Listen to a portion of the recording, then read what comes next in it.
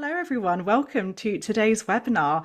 To introduce myself and the session, so myself is Kat Nichols, and I am the Brand and Integrity Manager here at Happyall, also the host of our podcast, Finding What Works.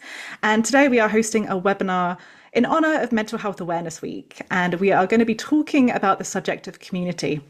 So this is a topic that was introduced by, I think it's the Mental Health Foundation that run this Awareness Week. And I think community is just such an integral piece of the mental health puzzle. And I think they knew that and they wanted to really highlight it and make us more aware of the importance of community. But of course, community can be a difficult thing and a tricky thing to navigate. And when we were talking about it at work, thinking about how we could talk about that this week, we really recognized a sense of polarization in our society. And we thought this would be a really interesting thing to unpick and understand how we can find that community, even though we feel like we're in an increasingly polarized society. And interestingly enough, actually, a 2023 study published in Family Medicine and Community Health revealed that individuals' sense of community is associated with reduced symptoms of depression, anxiety, and stress. So that just really directly shows that link between mental health and community and the importance of that. And of course, we're going to be going into that a little bit more today with our guest, who is Bianca. So Bianca, I'm going to hand over to you and ask you to introduce yourself. Thank you, Kat. So I'm Bianca. I'm a pluralistic therapist working in private practice, but also at the Self Space in Soho. So I specialise with working with the LGBTQ plus community and also with neurodivergent individuals. So this is actually a topic that's really close to my heart. So when I moved to London 10 years ago, I experienced firsthand what it's like to feel lonely and isolated in a city of millions, and really how polarised communities can be. For me, everything changed when I moved into a warehouse community.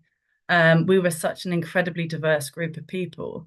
I live with 15 musicians, neuroscientists, circus performers, therapists, doctors, accountants, refugees, you name it. We had entire warehouses dedicated to trans and non-binary communities, alongside all of these different professions and backgrounds. So we were right in the middle of an incredibly diverse area, between the Orthodox Jewish community who owned the warehouses to the roadman who ran the street. Yet we somehow found ways to coexist and create something beautiful. Many of us in the warehouses were really considered the black sheeps of our families, myself included, and it really became a place where we could be truly at home and create chosen family. So I guess this is where my passion for building authentic community comes from. And these experiences led me to develop Pave, the physical attachment values exercise, which helps people use their body's wisdom to navigate complex social environments. And I'm really excited to share this with you later in today's webinar. So over to you, Kat. Amazing. I'm so looking forward to diving into all of that and to hear a bit more about that experience as well of actually building community and what that's looked like for you. So to give everyone a little bit of an overview of who we are at Happyall and what the session is going to involve today. So we consider ourselves a mental health and wellbeing platform. We have a network of online directories. Some of them you may know is Counselling Directory, and that is actually where Bianca is from. She's one of our members there. We also have directories for coaching, nutrition, holistic therapies and hypnotherapy. And our mission really is about creating a healthier and happier and more sustainable society, and doing that by understanding all of our wellness needs and supporting each other in this community that we have. So what we're going to be doing today is we're going to be having a brief discussion about some of the topics we've mentioned here, about navigating community, understanding why it's so needed, how we can find community in that polarized society. And then I'm going to hand over to Bianca, and she's going to take us through a really amazing practical exercise for us. So if you do have a pen and some post-it notes handy, that would be amazing. I've got my little pad right here. If you have two different colors of post-it notes, fantastic. If not, just post-it notes, or even just pen and paper, or even if you don't have that to hand, you can do this just kind of by thinking about it. But it's a really helpful exercise we're going to be going through. This session is being recorded. So if you don't want your face recorded, please make sure you turn your cameras off. We would ask that everyone stays muted throughout. If you have any questions, please do pop them. There should be a little Q&A box If not, you can just pop them into the chat and we'll make sure we come to those. We're going to have some time at the end of the session to answer any questions. And yeah, we're going to be sending over the recording of this seminar when we are done. So I would also like to introduce our lovely Becky, who is in the comments, is going to be answering any of your more general questions. So if you've got anything you want to ask about Happyfall in general or anything that we do, please do pop that in the chat and our lovely supporter Becky will help us there. Okay, so with that all being said, let's start the discussion and talk about what it means to find community in a society that can feel somewhat polarized. So I want to start by asking, why does it feel that society is becoming more polarized at the moment? And yeah, Bianca, if you can just share a bit more on that and why it seems to feel like that. Yeah, absolutely. So I think a lot of it comes down to really how we're consuming information now. Social media algorithms are literally designed to keep us scrolling, and nothing really cooks us hooked like content that can make us angry or sad or outraged. It's almost like they've figured out that by showing us things that we strongly agree or disagree with, keeps us on the platform longer. And if you're looking at this from an evolutionary standpoint, our brains evolved rapidly to categorize people as us or them for survival. It was safer to be suspicious of an outsider who might compete for resources. And social media really amplifies this ancient tribalism. We're using Stone Age brains to navigate space age technology. Like a personal example is in the warehouses, we didn't really have the luxury of unfriending or blocking people we disagreed with. When someone has different political views, but you're sharing the same kitchen sink, you have to find some sort of common ground. During COVID, our house was completely split on restrictions and vaccines. I mean, we had some that were extremely cautious, others who thought it was overblown, but we still had to navigate sharing spaces, establishing rules that we could all live with, and support each other through numerous lockdowns. The practical realities of communal living forced us to see each other as whole people, not just our positions on masks or vaccines. I think what's wild is how our bodies respond to these different options as if they're actual threats. I'd watch housemates' breathing change, faces flush during political discussions, the same physical responses as if a tiger was in the room. That's our ancient brain not really being able to distinguish between physical and ideological threats. Online, we can escape that discomfort instantly, but in person, we have to work through it. I love what you said there about the Stone Age brain and trying to navigate space age technology. That really, really resonates with me. And I think that's such a good point about how we are wired and how that is all happening.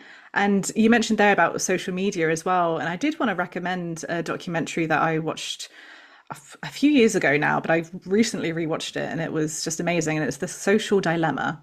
And you can find it on Netflix. And it really just highlights that polarization. It shows you how the algorithm really, as you said, it kind of wants us to be really strongly one way or the other, and how that is having a deeper impact on society. And this isn't to slam social media. I think social media can be amazing. It can be an amazing way of creating community and connecting people. But I think it's important to see the flip side of it as well and how it affects us. So yeah, I wanted to share that recommendation for anyone who's not read it yet, watched it yet. It's really eye-opening, if not a little bit scary. So with that in mind, let's talk about the more positive aspects of community and why is it so needed and how does it affect our mental health? Yeah, absolutely. So there's this absolutely incredible statistic that chronic loneliness is just as bad for your health as smoking 15 cigarettes a day. Now, when I first heard that, it suddenly made so much sense when my health fell apart during the isolated years I experienced in London. I just remember getting lots of mystery illnesses, constant headaches, and this general sense of feeling unwell that doctors just couldn't explain. And this is because we're literally wired to be together. If you think about it from an evolutionary standpoint, for our ancestors, being kicked out of the cave or the tribe meant almost certain death from predators, starvation, or the elements. So our brains evolved to treat social rejection as a life or death threat. That's why isolation can feel so physically painful. Our ancient brain still thinks that being alone means we're about to be eaten by a saber-toothed tiger. So for me, when I found the warehouse community, just even sitting in our chaotic kitchen with others, even in silence, felt healing. And this is called co-regulation. So our nervous system actually helps us to calm each other down. It's like when a baby stops crying when you hold them. Adults need that too. We just forget it. And I've witnessed this almost daily. Someone would come home from a terrible day, and without anyone really saying much, the community would just absorb their stress. Maybe someone would make them a cup of tea, another one would share a funny story, or someone might just sit quietly nearby. And by the evening, they'd be laughing. And that's just the magic of not doing life alone. That's so interesting because I have heard the word co-regulation before, but I've never really thought of it in that way, of how just kind of being in the presence of someone and having them just be there can really help and support you. So that's really interesting. And yeah, absolutely. It just shows the importance on our mental health and physical health as well of building that community. But with that in mind, who do you think can find this act of creating community particularly difficult? Yeah, yeah. That's a great question. So I guess in many alternative communities, there's a kind of natural gravitation. So like attracts like. So people who may have felt marginalized by mainstream society, they do tend to find each other, which is certainly true in the warehouses. We did become a sanctuary for people who'd been hurt by traditional communities. But the people that I see struggling the most, I noticed this with my LGBTQ plus housemates. And being queer myself, I really understood that particular challenge. I think when your identity has been rejected by family or society, your body really learns that opening up equals danger. And you see it, the way people might hover at the edge of a communal dinner, wanting to join, but physically unable to really relax. And if we look at this from an evolutionary perspective, our nervous system remembers danger to keep us safe, which is called implicit memory. So if you've been rejected or hurt in a community before, your body develops an early warning system. Your amygdala gets hypervigilant, scanning for threats, even in safe spaces. It's protective, but it's exhausting. If you look at the neurodivergent community, I would just remember one of my autistic housemates. They face such different challenges. One described social events as like running a marathon whilst doing calculus. The effort of processing all the unspoken social rules whilst managing their sensory overload. It's like throughout human evolution, we developed complex social cues for group cohesion, but not everybody's brain processes these signals in the same way. So, what helped one species survive can actually become a real barrier for neurodivergent individuals. And then, you also have another marginalized group, people from the care system, like myself, or refugees. When your early experiences teach you that caregivers aren't reliable, your attachment system adapts to protect you. So I see it so often where you have this thing where you desperately wanted connection, but had to learn to be suspicious of it. It's almost like being starving and being presented with food, but thinking, oh God, it might be poisoned. The body remembers rejection, even when the mind wants to move forward. And I guess what really struck me is how these challenges compound. So, being Black and trans or being neurodivergent and working class, each identity adds another layer of navigating who's safe, where you belong.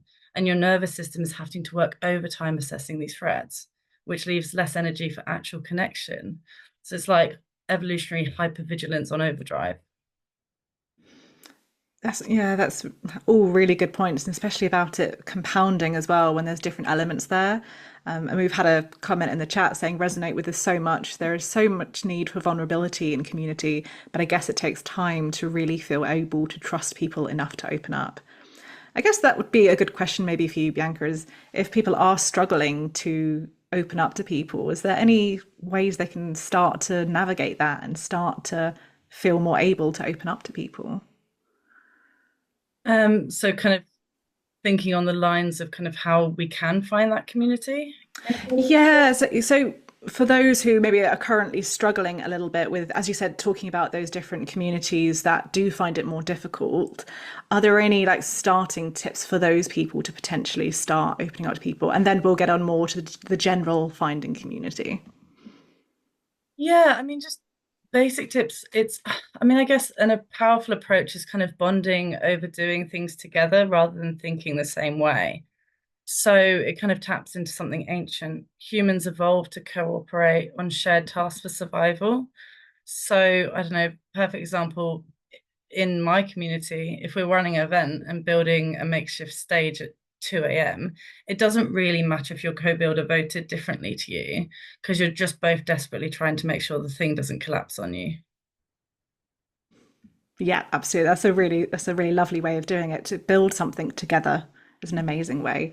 And so more generally, we will be going through an amazing exercise to help us find community. But are there any things you can speak to around finding community in a polarized society? Yeah, so I mean, it kind of goes off from the PAVE exercise we're going to do later, but I learned to pay attention to my body signals. So it's what neuroscientists call neuroception. So it's our ability to detect safety or threat below conscious awareness. So around certain people, maybe your shoulders might drop and your breathing will deepen. So that's your body saying, these are your people before your brain gets a chance to catch up. Where with others, maybe you notice that your jaw clenches and your chest feels tight. And the body doesn't really lie about who feels safe. Our nervous systems are constantly communicating with others through micro expressions. So, tone of voice, body language, which is called limbic resonance. So, we're kind of unconsciously syncing up with the people around us. That's why spending time with certain people leaves you drained, while with others it energizes you. Your nervous system is literally trying to match theirs. So I'd say start small and local. Like I began just by saying hello to the corner shop owner every day, then helping my neighbor with shopping. These tiny connections add up. And before you know it, you've got a web of relationships that can hold you through tough times. It's almost like recreating the village of our ancestors, just in a modern context. I'd also say look for what I call bridge people. So those who move between different communities. So in the area that I used to live in, it was the local cafe owner. They knew everyone. They knew everyone from the Orthodox Jewish community to the street artists to the doctors. They just like happened to know everyone. And these connectors can really help you access communities that you might not be able to find on your own. So, from an evolutionary perspective, these were the diplomats or the traders who kept tribes connected. Now they might look like our coffee shop owners. I love that. Really actionable and practical tips there for people to take away. That's really helpful. Thank you. So, thinking more about the therapeutic side of things and the work that you do, can you share a bit more about how therapy has a role in this and how it can help people create these communities? Yeah, absolutely. So as a therapist, I mean, I see how powerful therapeutic work can be for building community connections. Many of my clients come to therapy stuck in really painful patterns. They perhaps find themselves repeatedly the outsider of groups or recreating the same relationship dynamics over and over again. Often, this is our brain's way of trying to master old traumas by recreating them. But through therapy, clients can begin to recognize these patterns and develop new responses. So the therapy room becomes almost like a lab for practicing vulnerability in a safe environment. If you're looking at it neurobiologically, constant therapeutic experiences will literally create new neural pathways, which demonstrates our brain's remarkable neuroplasticity. That's our ability to rewire and adapt through our lives, which really offers new possibilities for connections. One of the kind of theoretical concepts that I introduce to clients is called the window tolerance. So that is the zone where our nervous system can handle stress without going into fight, flight, or freeze. So when we understand this, we can kind of recognize when we're flipping into hypervigilance or dissociating in social situations. So by giving simple grounding techniques like keeping your feet on the floor, taking 3 deep breaths, and maybe just naming 5 things you can see, it can help us stay present rather than being hijacked by our old survival responses. I think many clients discover that their bodies are still responding to threats from the past that aren't actually present anymore. The amygdala, which is a kind of like instinct brain, can fire based on old danger and not current reality. So even just understanding this distinction can be absolutely transformative. Just because you feel rejected doesn't mean you're being rejected. Sometimes others are simply dealing with their own challenges. I guess in my practice, I observe how the therapeutic relationship itself models healthy community connection. A therapist provides a constant presence, maintaining clear boundaries whilst being warm and navigating conflicts without abandoning the relationship. This literally helps grow new pathways for secure attachment, which is especially important for clients who've never experienced reliable connection. And many clients, particularly those from marginalized communities, therapy offers potentially their first experience of being truly seen and accepted. And this can really become the foundation for building authentic community connections outside the therapy room. It's what I call a connection reset. So developing new capabilities for connection that weren't really previously available. And I mean, 6 years ago, I started therapy myself and I experienced that firsthand, which is then why I trained to be a therapist. So it is a really powerful thing.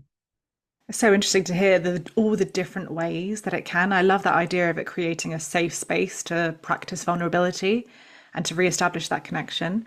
I can see we've had a comment saying life scripts, repetition, compulsion, activation of oh, I'm going to mispronounce this. I'm so sorry. Basolateral amygdaloid complex. The body holds a score, emotional reasoning, and therapeutic alliance. Yeah, so that's talking about that connection and the what our bodies remember as well.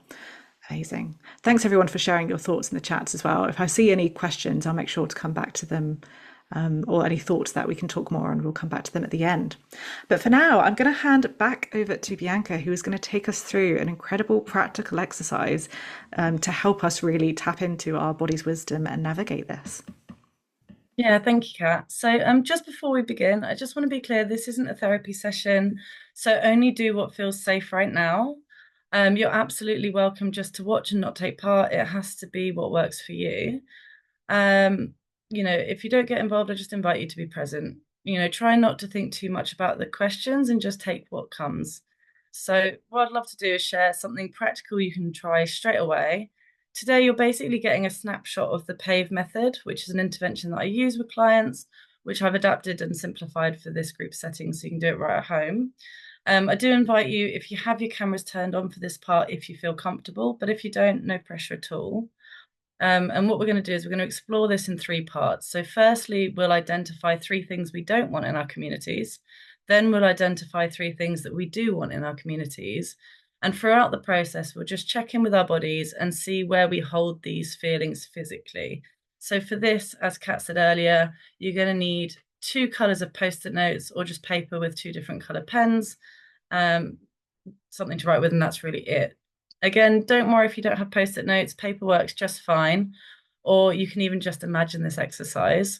Everyone will have their own way of connecting, so just do it in a way that works for you.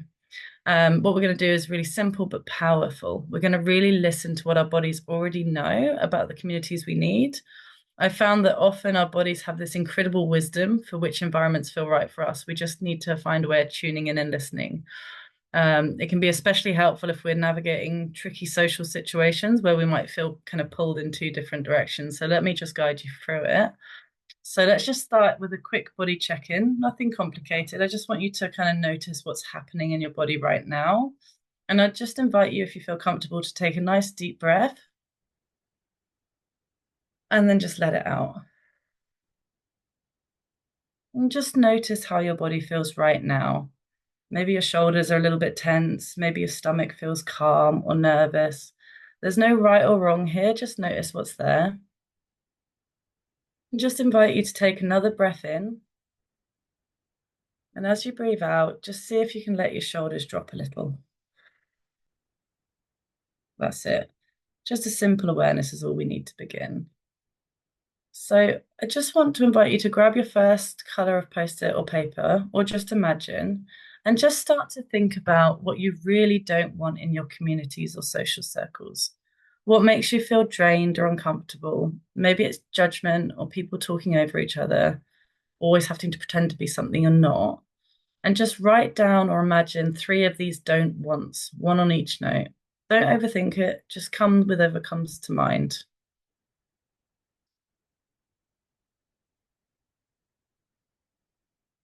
Now, I just want you to take a moment from those 3 things that you've written down and just think about where you feel these in your body.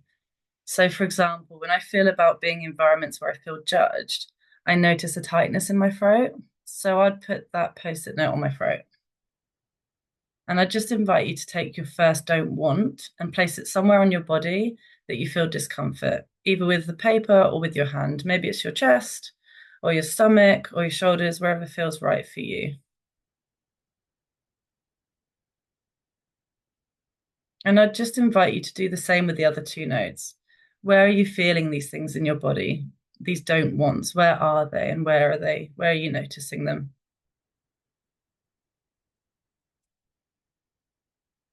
And just want you to have a think about where you've placed these notes. What does that mean to you? And maybe pop a couple of comments into the chat if you feel comfortable of just noticing what's going on for you right now. So we're going to flip to the positive side a little bit now. So we're going to look at our wants exploration. And I just want to take your second color of post-it notes, or if you're imagining, or your paper, and just think about, what do you really want in your communities? What helps you feel connected, valued, and nourished? Maybe it's honesty or shared laughter or feeling seen for who you truly are. And I just invite you to write down or imagine 3 of these wants, one on each note. And again, don't overthink it, just let it flow. And just like before, I want to invite you to place each note or your hand somewhere on your body where you feel a positive connection to this quality. So for me, when I think about being truly seen and accepted, I feel this warmth in my chest. So I'd place a note on my heart area. So where do you feel your first want in your body? And place your note or hand there. And with your other 2 notes, find where they belong in your body too. And just, we're going to start noticing, where are our wants compared to our don't wants? Are they in completely different places? Do they overlap anywhere? And just take a moment just to kind of really notice on your body where you've put your wants and your don't wants. And then I want to invite you just to gently take off each note and create just piles of your wants and your don't wants in front of you. And I'd absolutely love to hear about your experience with this. So if you're comfortable, I'll just ask you 3 simple questions to share in the chat. Where did you place your notes? Did anything surprise you? And did you notice any patterns? And we're just going to spend a little bit of time, me and Kat, just reading some of the responses out in the chat. Amazing. Thank you for that, Bianca. That was so interesting to have a think about where you feel it. And I can see the first comment there is both in chest, and actually I experienced the same, but they were very different feelings. So the first kind of don't want was a very anxious and it was a very like tight feeling, and then the wants was a very kind of calming that reaction down. So Yeah. it's so interesting. Somebody else said, I feel most things in my heart. Yeah, so interesting. Katie's asked, could you explain the PAVE method, please? So do you want to give a bit more of an overview of that, just for anybody who maybe missed it, or just to repeat it again? Yes, it's all about just really connecting to your body's wisdom. So we have this amazing ability to kind of check in with our own signals and look at, maybe what's making us feel anxious or what's making us feel loved. And they're generally both in the heart area.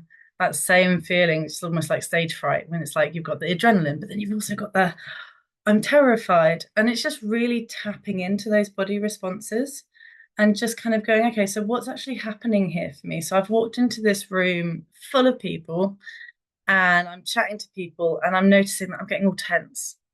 What's my body actually telling me, and what does that mean for me? What do I relate to that feeling? And it's about really mapping that in our bodies and being able to connect with it. So then when we're met with social connection, we can actually really start listening to our bodies and attuning with it, so we can recognize actually, what do we want and what don't we want in our communities. I think that's so important for us to be able to do that when we're experiencing, as you said, maybe navigating a bit of a conflict and you're feeling it, and just being able to recognize that in the moment can be really helpful to be like, I'm recognizing this. What does that mean? Maybe I need to step away for a minute. Maybe I need to like go and like regulate myself and calm down a little bit. It's such a helpful thing. So I hope that helped, Katie. I hope that explained it. Yeah. Having a little look through the other comments, who said, when I thought about having my choices respected, I felt my shoulders could relax and I could open my chest. And that's another point as well. I guess some things are more kind of movements almost in the body. Yeah, absolutely. And also, I'll just say to Katie, if you want a little bit more of a kind of in-depth answer, I'd be very happy for you to email me after the session, and I can always kind of fill you in a little bit more as well. Amazing. Um, Thank you. yeah, no worries. I was just thinking about the practical application of this, so it kind of extends of what I was saying to Katie as well. So how can we use this in real life? So, like I said before, it's giving you a map. So next time that you're in a social situation and something feels off, you just check in with your body. Are you feeling that same tightness in your throat or tension in your shoulders? And that's your body way, like your body's basically saying, hey, something doesn't align with what I need here. And this does not mean avoiding all social situations. Sometimes we really need to engage in challenging communities for many good reasons. But just being aware of our body signals can really help you make choices from a place of wisdom rather than from habit or obligation. So, for example, if you're trying to like decide, okay, am I going to attend this family gathering where there might be some tension? You just check in with your body first.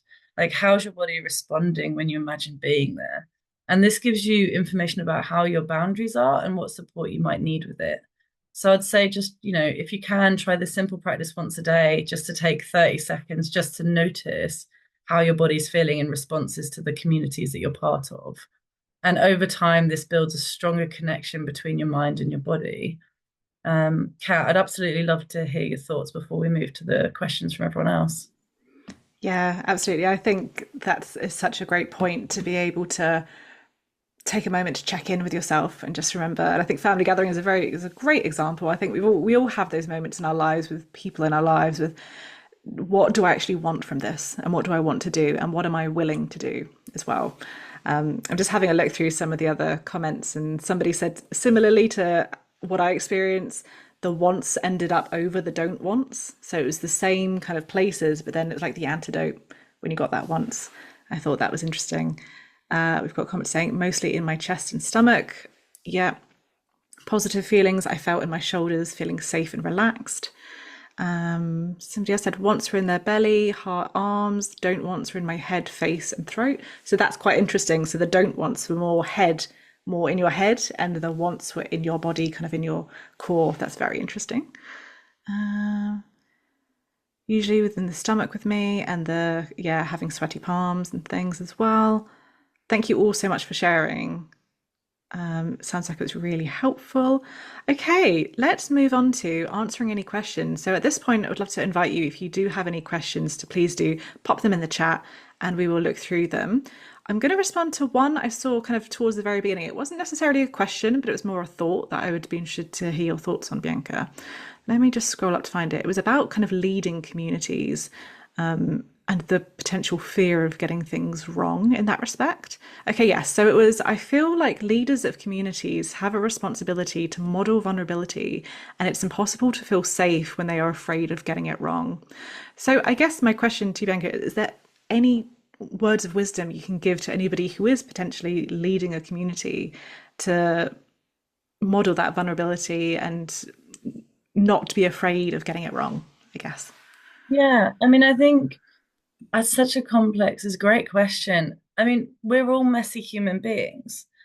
And it's just remembering that even when you are kind of leading a community or being part of that, is that it's natural to make mistakes. And if you're owning those mistakes and actually coming across and saying, you know what, actually, let me show this level of vulnerability and show that actually it is okay to make mistakes and be a little bit messy and take accountability for those.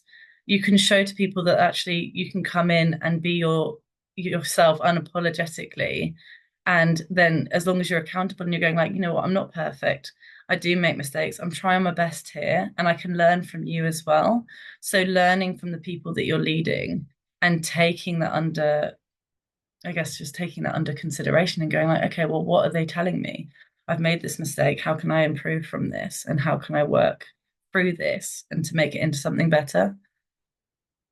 It's that ability, isn't it, to be able to listen and learn I just, as you Mm. said, nobody is perfect. Nobody is going to get it right 100% of the time.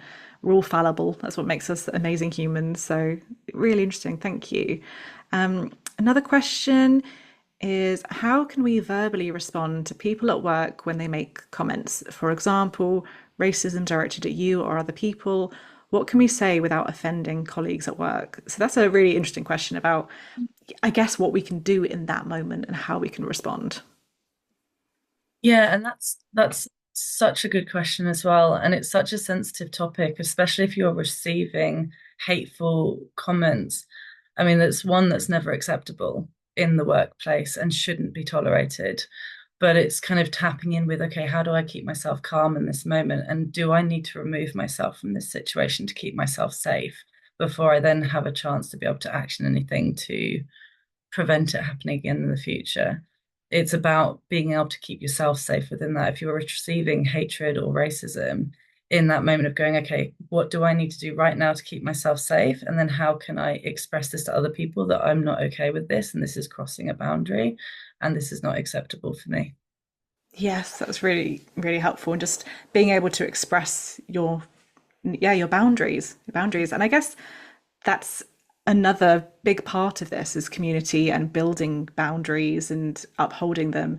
So I guess I've got a bit of a question, which is how can we get a bit better at building those boundaries and particularly upholding them as well? I think sometimes that's what I struggle with. I create a boundary in my mind and then after a little while they start to get a bit waylaid. So any thoughts on that? Yeah, it's boundaries are a tricky one, right? But it's practice, practice, practice. I will even, I will always be practicing putting my boundaries in place. It's so easy to accidentally slowly move the goalposts away, so it's just practicing of going, okay, first recognizing like what are my boundaries? It's so important because a lot of us don't really know what they are. What am I willing to tolerate and what am I not willing to tolerate? Which you can use the Pave workshop for as well, because it's going like, okay, what am I happy with and what am I not happy with? And tuning into that and going, okay, so this is really important to me. So I need to put these boundaries in place and just kind of really practicing that and being mindful of it, I would say. That's really, really helpful. I'm going to write some notes after this. I'm sure we all will be. We've had another question, which is what actions can we take to build trust with people we don't see very often? So, thinking about neighbours who I'd like to be in community with, but don't bump into them often. So, yeah, any thoughts on that one? Oh, that's a really good question.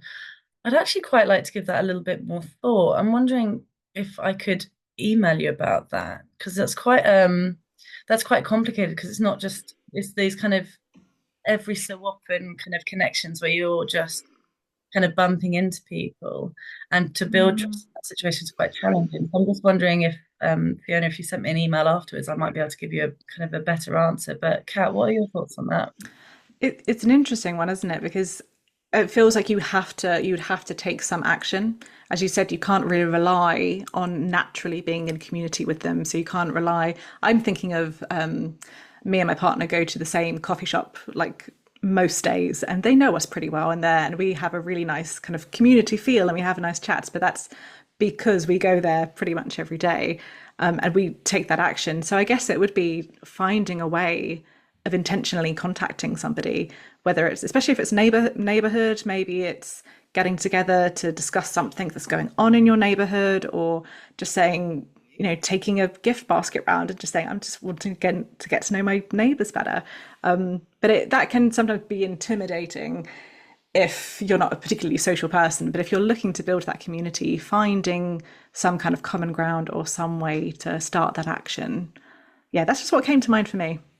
Yeah, no, I think that's fantastic. And yeah, it is so important. But it is such a kind of a delicate balancing act, and it has to be at a place where you feel comfortable, just like Pat said. So it's about finding where your kind of comfort zone is within it and what you're willing to kind of put on the line as well. Yeah, exactly. Any thoughts about how to deal with the instinct to judge others in our community whose views we wildly disagree with? I find myself getting so angry with some people's views, but because I don't feel it's my place to confront judge, I end up silent and repressed. That's a really good question. I can resonate with that a lot as well, actually, is how do we temper that instinct to want to judge somebody who's got a very polarizing view to ourselves. Yeah, no, I hear that, and it is there is this instant kind of like especially if it's something you're really passionate about to defend that. I think it's always kind of slightly reminding ourselves when it's appropriate. It's like that person probably equally feels the same way. That actually, if you do have completely polarized, separate views on something, there's probably the instinct for both of you to judge each other, and that can really kind of separate communities. Like I was saying earlier, there's this sense of, actually like finding ways to build things together. Like you know, if you're at an event together and you're having to make something together, it doesn't really matter if one of you believes in one political view and one believes in a different one. You're just finding ways to make connections and meaning within it. And what you might find is that there are shared connections in other ways.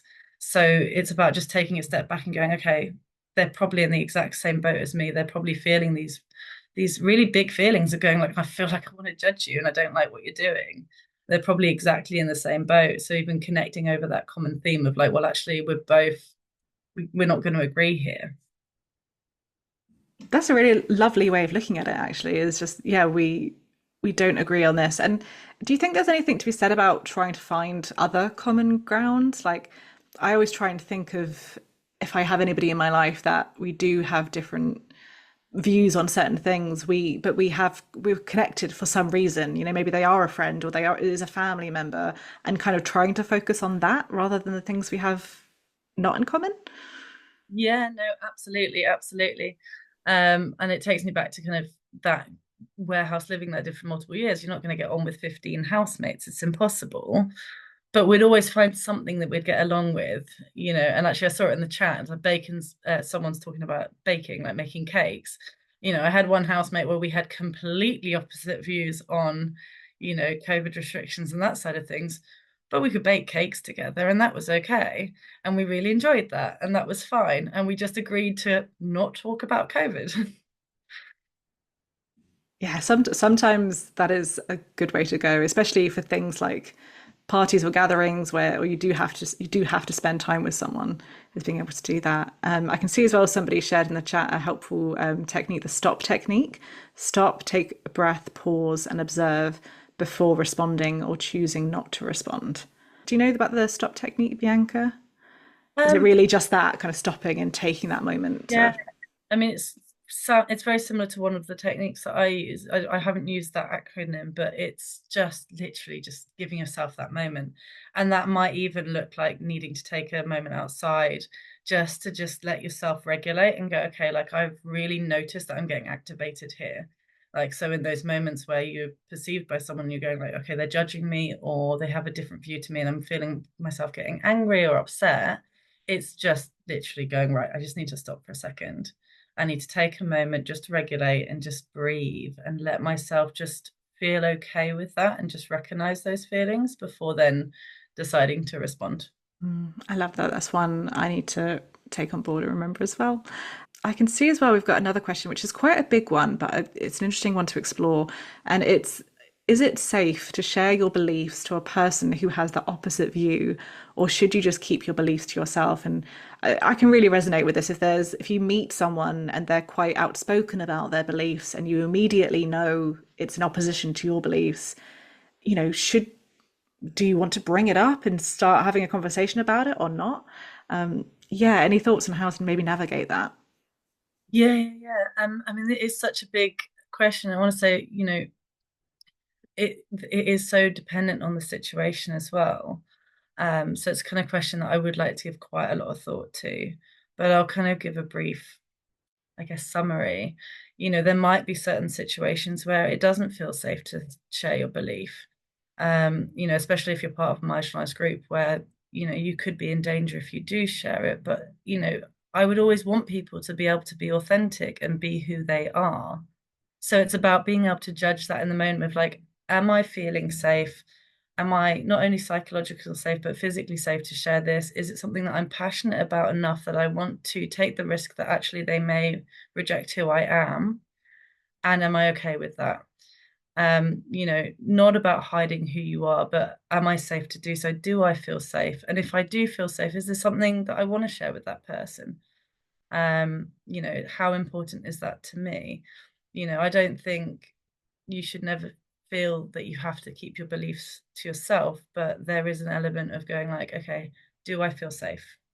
Absolutely. And I think that that feeling of safety could even change day to day. There might be a day when you've had a rough time, you're maybe you're struggling with some anxiety at the moment, some other mental health things going on for you, and that time it doesn't feel safe for you to talk about it. There might be other days when you're like, oh, I feel really confident, I feel supported, I know I've got friends around me. At this point, I feel ready to have this conversation.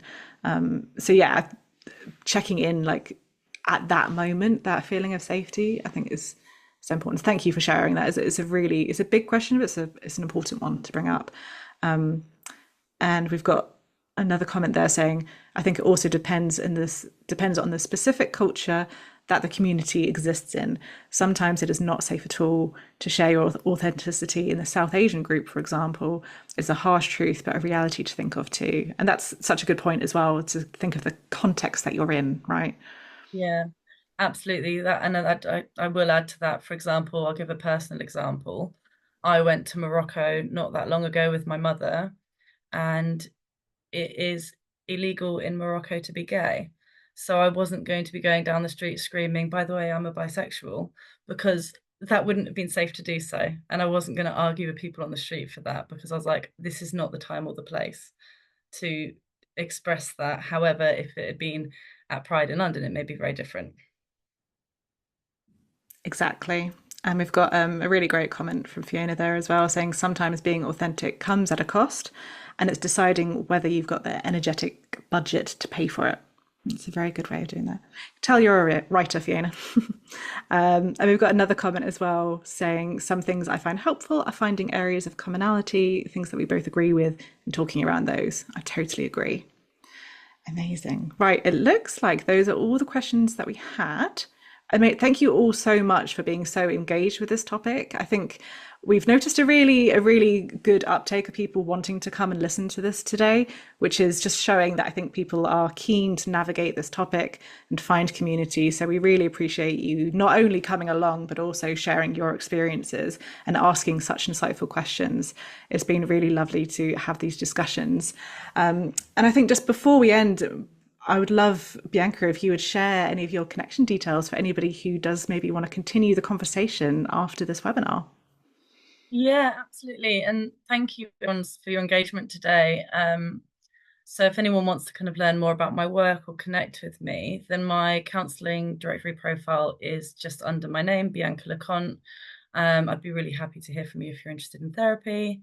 My email is biancaleconthetherapy@gmail.com. And I'd just like to give a shout out to my supervisor, Mandy Reed, who has literally been the person who supported me through my career, through training to being a qualified therapist. And her email address is mreedmedicine@gmail.com.